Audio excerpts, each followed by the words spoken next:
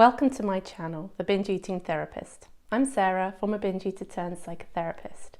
And I'm in a very self-reflective mood this morning. I've been thinking about my own recovery, and a question that often comes to mind when I think about it is, why me? Why was I able to recover from binge eating and others struggle with it for their whole lives? I don't believe that there's anything special or particularly different about me. And my dilemma is always, how do I use my experience to create content that's actually going to help other people figure out this path for themselves? Because here's the thing, it's not like any of the concepts I talk about in my videos, it's not like I realized these things and then I was able to put them into practice. There was masses of resistance in me, so much resistance. So it wasn't like the first time I understood how my purging was making my binging worse, that then I was able to stop doing it. It wasn't as simple as that. I did get there, but I didn't get there straight away. And even as much as recognizing how the pursuit of weight loss for me kept triggering more binges, I realized that. And it didn't make it this instantaneous, oh, I've realized that and now I can do it. So along with the question, why me? I'm also often sitting with this question, how did I manage to get myself to do those things when for years I couldn't, even though I knew that they would benefit me? And it's helped me to realize, like, this is why I talk about it through the psychological and emotional lens, because that had to shift first before any of my behaviors changed. And so I was thinking about what those shifts really were, and they were more like realizations. But really deep realizations that came from me, not anybody else. In as much as I'd heard other people talk about these concepts, and it was like one day they clicked. One day there was this realization in me. And I think one of the biggest things that hold people back is shame, right? This idea that you don't think that you are good enough. And if you don't like yourself, if you don't think that you're a good enough person, how are you going to get yourself to do the things that you don't always want to do that are for your highest good? People try and change their behavior from a place of not liking themselves. I'm going to try and, if I make myself behave in this way, then I'll finally be at peace. Then I'll finally feel good enough and acceptable. And for me, it kind of happened the other way around. I started liking myself more while I was still binging. It wasn't, my opinion of myself was not contingent on whether I was binging or not. So then the question becomes, okay, well, how? How? And this is just how you feel about yourself. How are you supposed to shift how you feel about yourself? And I think, again, this is a concept that I've used before, but this idea we have a conditioned self, this part of us that is the way it is because of our environment, because of our upbringing, because of our experiences, and our patterns. Like, this is a conditioning that if you had grown up in a different life, this would not be a part of who you are. So therefore it's conditioned. And I hold the view that that is not who we really are. And if this doesn't chime with your life philosophy, like, that's okay, but this is mine, and it's so fundamental to my recovery that I couldn't have recovered without it. Because if I believed I was this conditioned version of me, I would be stuck in that conditioned version of myself. I'd never be able to experience anything different. And I wonder if that's where some people are. And I wonder if that's where you are. So I would say the shifts in terms of how I felt about myself came about as a result of experiencing myself beyond my conditioning. So what does that mean? It means that experience of ourselves without all the noise. Experience of ourselves in stillness. And also the experience of being able to watch ourselves. So it's both of these two things. And that came about for me through a meditation practice. I struggled with binging for a decade. And I would say about halfway through that, maybe in the midway point, was when I began my meditation practice. And it began as a result of reading Joe Dispenza's book, Breaking the Habit of Being Yourself. And that was a life-changing book for me. And I've tried to reread it even since, and it doesn't resonate with me anymore. This is the really interesting thing I think about how we move and evolve, and his more recent stuff doesn't resonate so much with me. It's a little bit woo for me.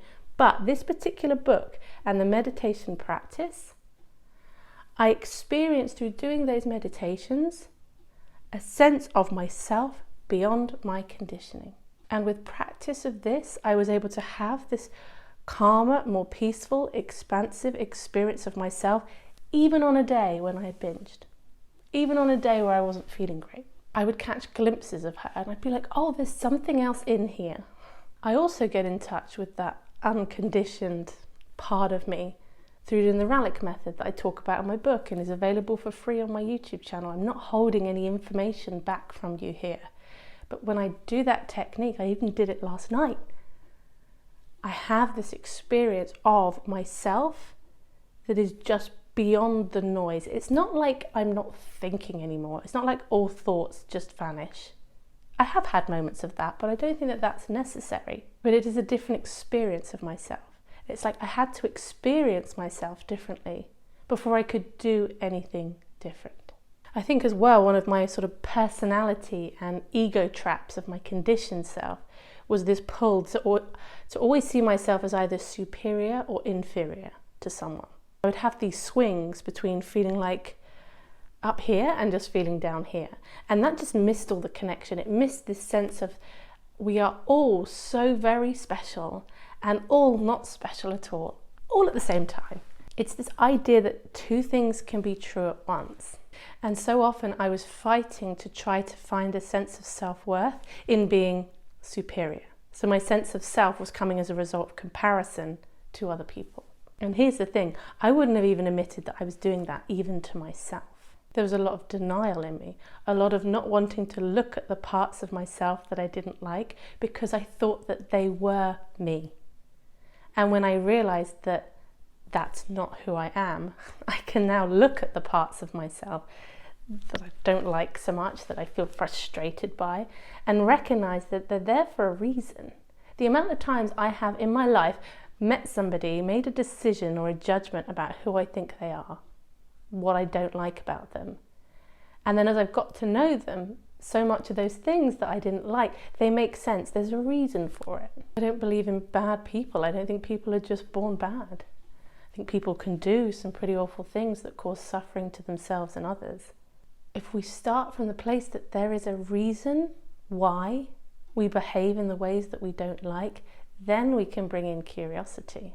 And then when we make some sense of, oh right, this is why I am the way I am, that's where we can find compassion. So the shift that I really think made putting any of the stuff that I talk about into practice possible was the shift in how I felt about myself and who I was. Now this is the kind of video that the algorithm will hate. This is not likely to be a popular video, but I think it's remiss of me to miss this piece out when I'm up here on YouTube giving advice to you about like, oh, you know, do this or do that, think about this and think about that. Because if nothing shifts fundamentally, I don't know, maybe some people can put a lot of this into practice without first shifting how they feel about themselves. But if you're somebody who keeps not managing to do the things that you're trying to do for yourself, maybe change the goal or the intention. And have a think about this concept. What would it mean to experience yourself beyond all the noise, beyond all the conditioning? I think I was about to say we need to become wiser, but I don't think that's true. I think people are already a lot wiser than they think. We're just not very good at being able to hear our inner wisdom, because sometimes I'll talk on my videos about, like, one of my favorite questions is, what's the wisest choice for me right now? And some of you love that question, and some of you will still say, I still don't know. We don't spend any time with ourselves, listening, having some stillness in a world where we always want to pick up our phone and distract. I don't know how to find that centered place if I'm always plugged into the world. Now, this is not the popular advice. This is not what people want. Actionable steps, right? Tell me what to do. Tell me what you did and I'll try and do the same thing as you and maybe I'll get the same result. Well, this was where I started. Started with 5 years of meditation. I'm sorry, I shouldn't laugh. Sometimes people will say to me, you're laughing, it's like you find this funny. This is not funny, this is painful. Yeah, it is. You're right. Because there's something very motivating and exciting about having some actionable steps and this hope that these steps are going to get you where you want to be in the shortest amount of time possible. But that I am, by my conditioned nature, a very impatient person. I want to be there yesterday. So any way I can cut a corner and get there faster, I'll do it. But with this, like, the harder I tried to recover faster, the more I went backwards. It's probably because I was trying to convince myself I was further along than I was, and because I could feel good about myself when my behavior was good. And I needed to learn how to feel okay about myself, even when my behavior was not as I wanted it to be. I am not saying that this is the only way to recover from binge eating. I am just sharing with you, this is what I needed. So maybe some of you might need something similar.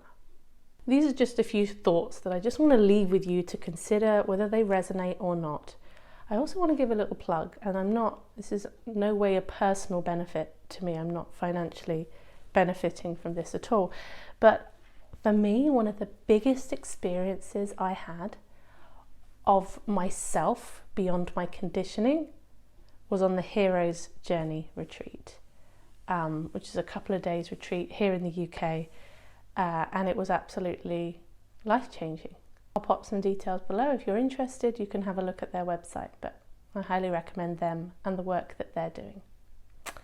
Anyway, thank you for watching. See you on the next video.